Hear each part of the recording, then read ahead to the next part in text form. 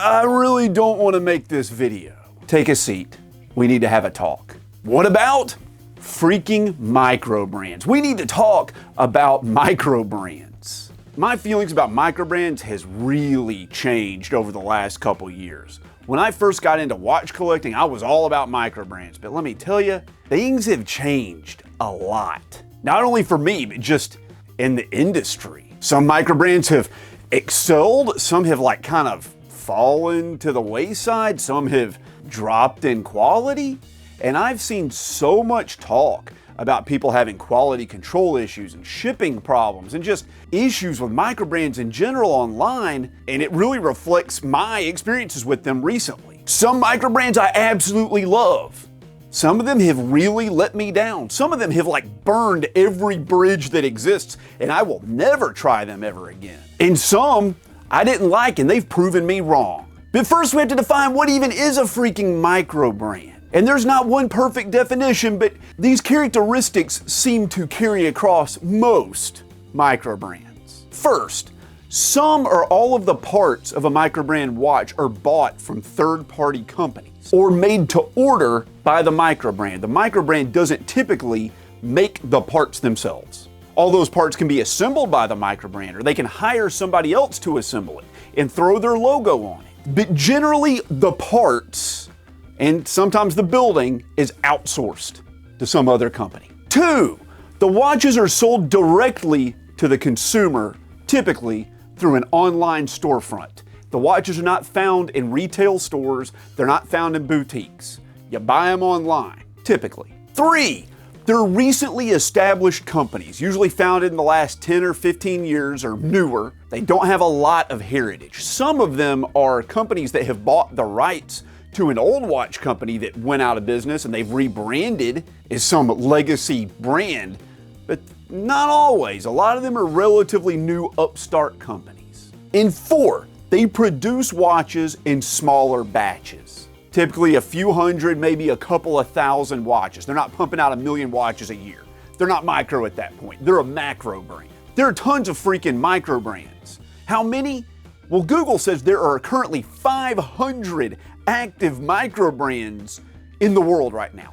500? And not all of them know what they're freaking doing. They just don't. There's no way they could. But before we dive into that, let me tell you a story. Most people that like watches also like cars. So I'm gonna tell you a car story. Let's talk about car dealerships. People love to hate on car dealerships. The salespeople, they use crappy tactics. The dealership service department's overpriced. They try to get you to finance stuff at a bad interest rate. They want too much money down. They have high pressure tactics, and it's just a terrible experience going to a car dealership. They even give you the runaround and won't tell you the out the door price of the car. They make it as hard as possible to try to get the car off that lot. And I hear all the time, why can't we just cut out car dealerships? Why can't we just get rid of them and have the car companies sell direct to the consumer? Why can't we just buy a Toyota directly from Toyota without some middleman jacking up the price on us? Well, I'll tell you why. There are laws against it, at least here in the United States. But freaking RNG, why are there laws against it? That's anti-consumerism. That's just the freaking car companies. They petitioned Congress. They sent a bunch of people there to try to bribe Congress members into making us have to use car dealerships so that they could make more money. I know it seems that way, but guess what? It's not true. Car companies did not want dealerships. The public wanted dealerships. The public are the ones that pushed for it. The car companies pushed against it. They were demanded by the public, and I'm going to tell you why. First, let me take you back to the car industry before 1930. Do you know how many car companies were started between 1900 and 1929? Over 2,000.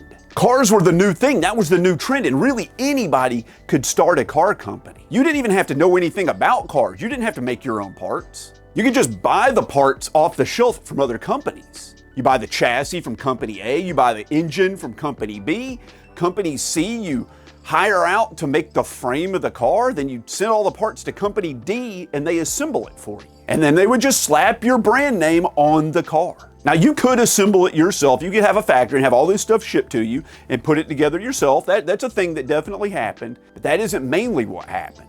Then you take your car and you put an ad in a magazine or a newspaper, or you have a salesperson go door to door selling your cars directly to the consumer. Sounds familiar, right?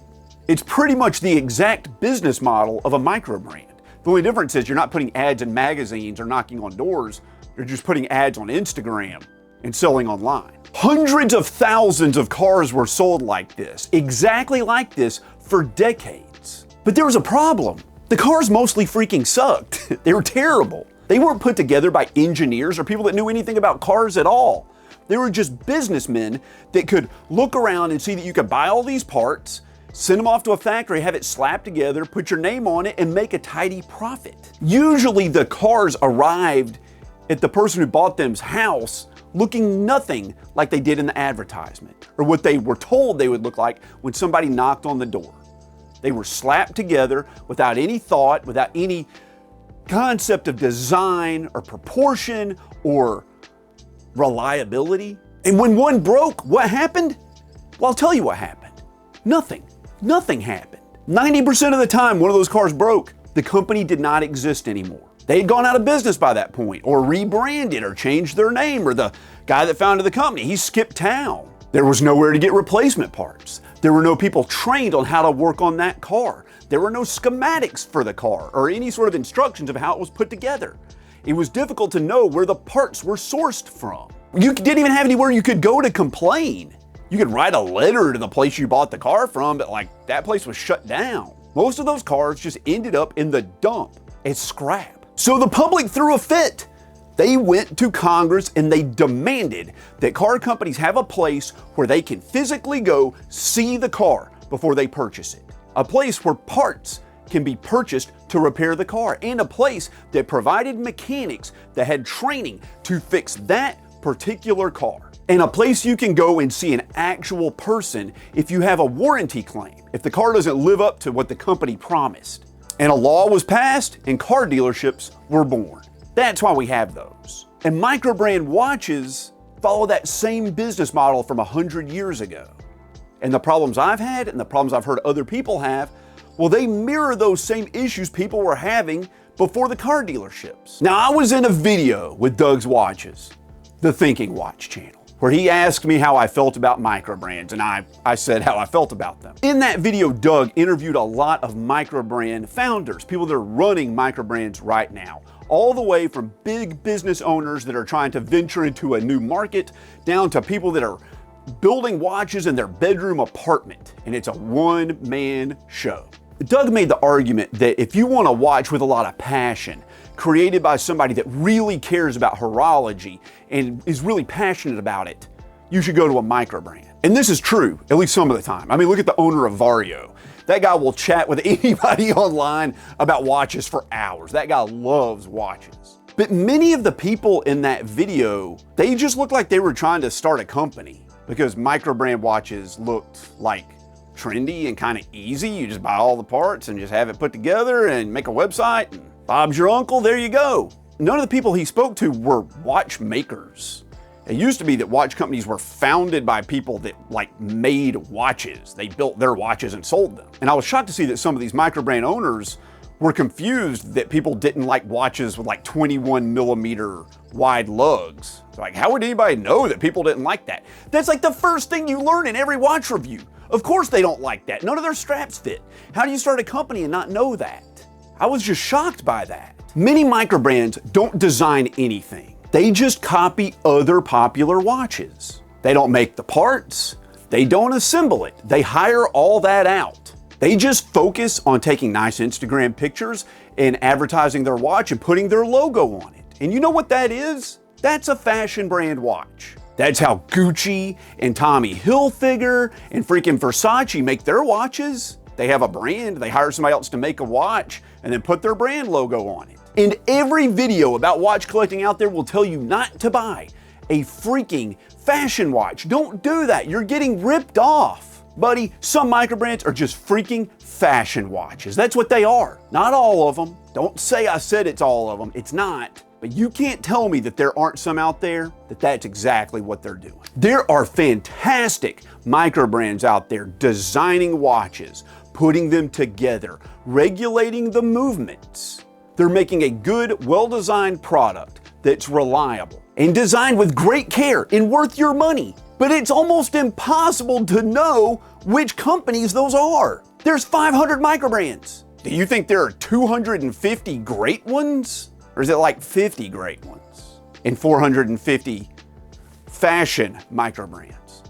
It's hard to know which microbrands are good or bad because there's nowhere you can really go and put the watch in your hand. You have to rely on some video or some picture you've seen online. So when Vaer reached out to me and asked me to review a watch, buddy, I was not very enthusiastic about that. The reason Vaer contacted me was because I did a video where I talked about the watch from the TV show and the video game The Last of Us. It was a very successful video for me. I poured my heart and soul into it, and I loved making it, and I loved sharing it with all of you. In it, I discussed my history with the watch, my journey to track one down, only to discover the watch doesn't really exist, so I ended up having to make the watch myself. And the base for that watch I used was a Vaer Dirty Dozen, the D12 model that they have. Now, I did pay my own money for it. They did not send it to me. It was, I paid for it myself. And I liked that watch. I wore it for a few days before I modified it to make it match the watch from the video game and the TV show. As I was filming the review for that, I noticed that there was a blemish on the case near one of the lugs. I could not see this really with my naked eye, but when I was filming it with a macro lens, I could definitely see it. It was just the slightest little manufacturing defect. And if I had noticed it before I did the modifications, I would have sent it in for a warranty claim. But by this point, I'd already modified the watch, I painted the second hand on it, and I was just out of luck, and I was ready to be done with it by that point anyway and have the video out and all this, so I just let it go. In Vaer, they liked the video, okay? So they wanted me to review their Meridian G2 Quartz GMT watch. Now, they told me to keep this watch, so that makes this a sponsored video. Vaer bought my time to review this watch. They did not buy my opinion. My opinion cannot be bought. I will not gloss over anything I don't like about the watch. I will not fail to mention any issues I had.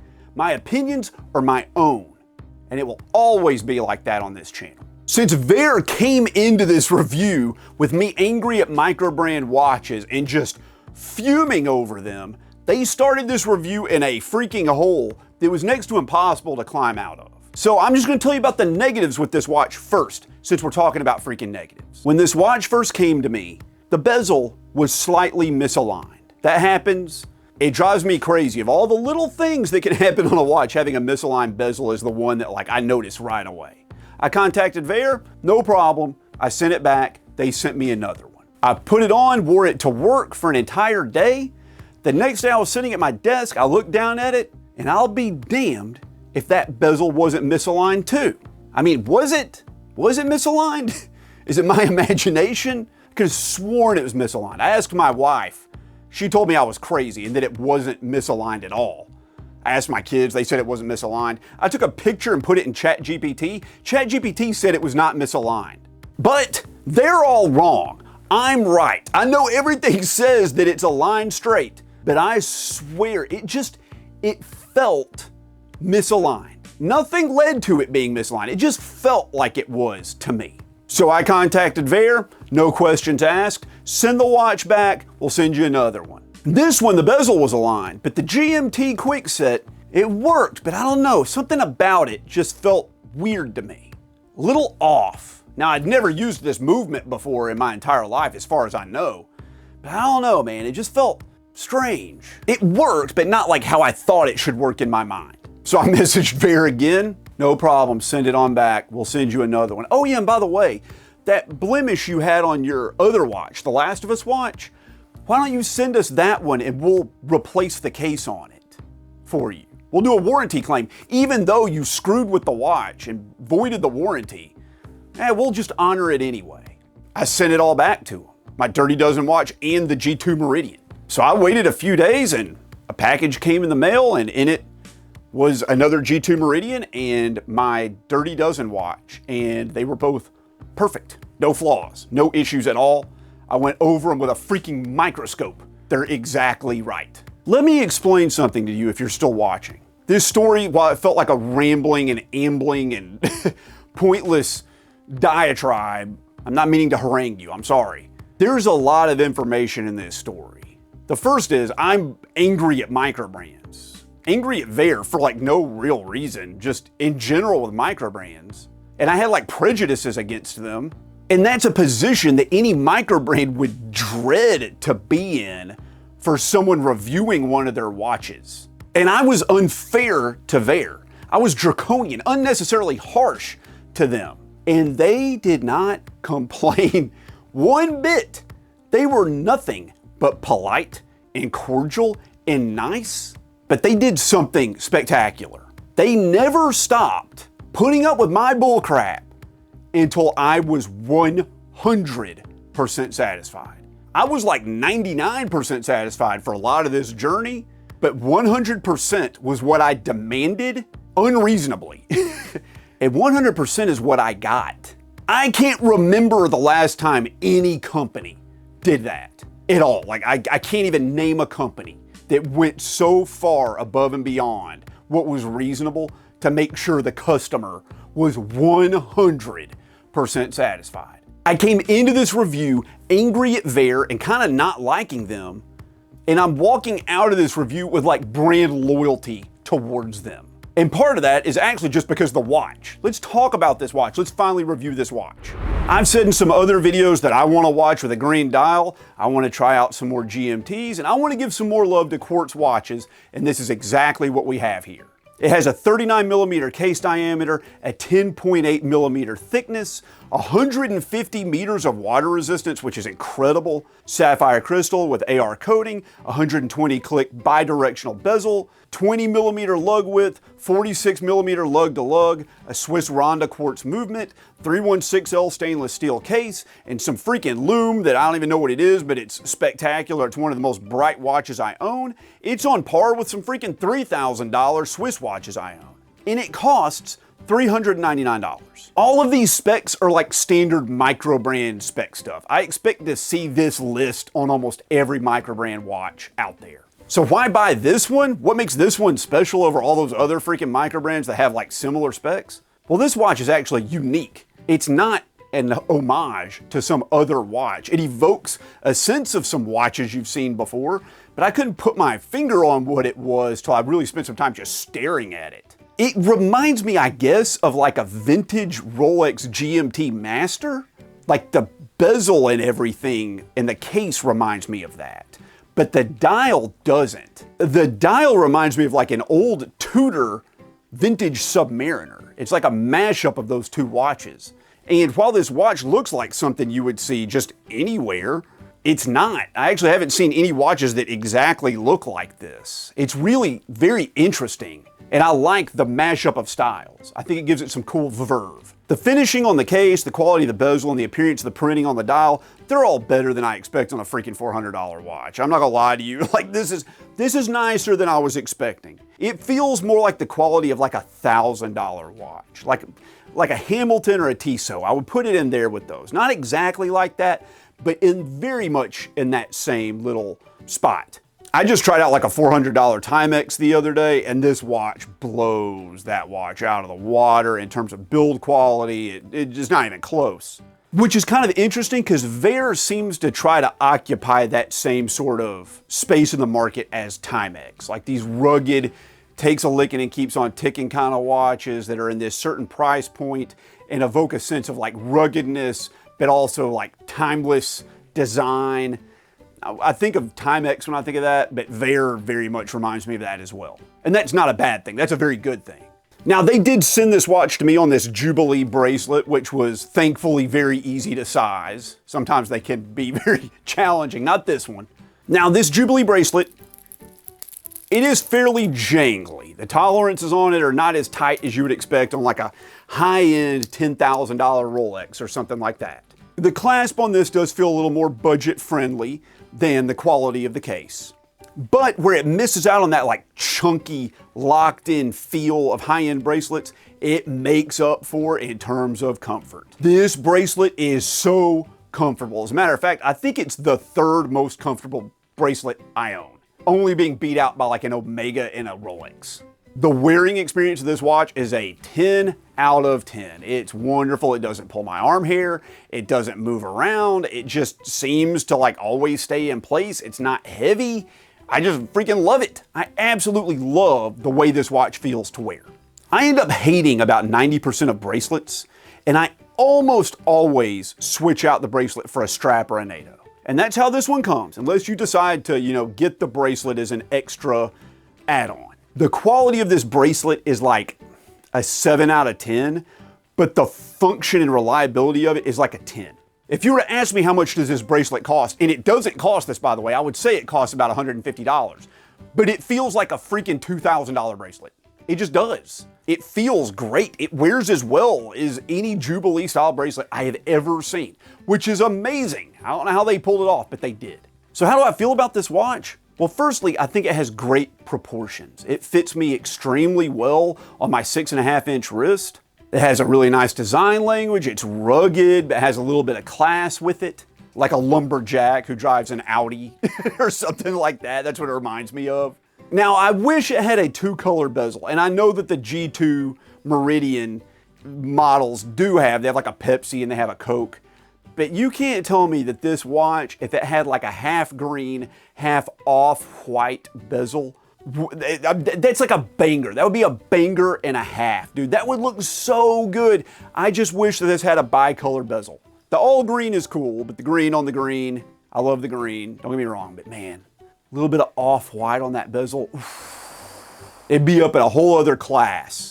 This watch is a great tool watch. It feels like a kind of a one and done watch. If I were to recommend a watch to somebody and they're like, what's the best watch I can get under $500?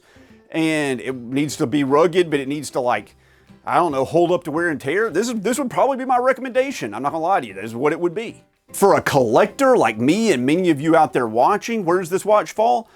I would put it very much in like the beater category. It's nice, but when I see this watch, like, I get more of a sense of doing activities than I do like wearing it to a nice dinner. You could definitely do that.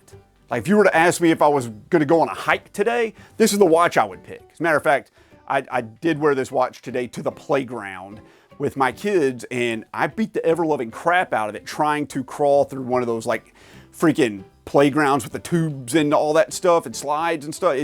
I banged it literally on every step I took with my hands. Like it sent through the ringer today, and it was great for that. It's the watch I'm gonna wear to all the football games I go to. It looks nice enough to make me look a little sophisticated, but if I drink so much that I fall down a set of stairs, which may very well happen, I think this watch is gonna be just fine when I hit the landing at the bottom. I love that it has an off-the-shelf Ronda Swiss quartz movement that can be replaced or repaired by pretty much any watchmaker out there. But I don't think that that'll be a problem because I don't think Vaer's really going anywhere. They're doing a great job and they're kind of moving out of that Microbrand category. They're moving up more into like normal watch brand. I would say normal. What? Not quite a heritage brand. I could see it one day, but like full-size manufacturer. There we go. A full-scale manufacturer. There we go. They are trying to make everything as American as they can. We just don't have the infrastructure for that in this country. There aren't people really making like, parts we need for watches, right? We can't assemble it 100% here, but Vaer's really trying to push that, and I applaud them for that. With this watch, you're getting one of the best GMTs I've ever seen under $1,000. It has all the specs you'd ever want. It fits great, it's rugged, it's cool. I think it's a great watch. But the thing you're really getting when you buy this is Vaer. Vaer, I can't say how impressed I am dealing with that company. I'm actually in a chat group with a bunch of other watch content creators, and I reached out to them talking about like how I was mad with Microbrands, and I was ready to just dog Vaer, and they were like, don't do it.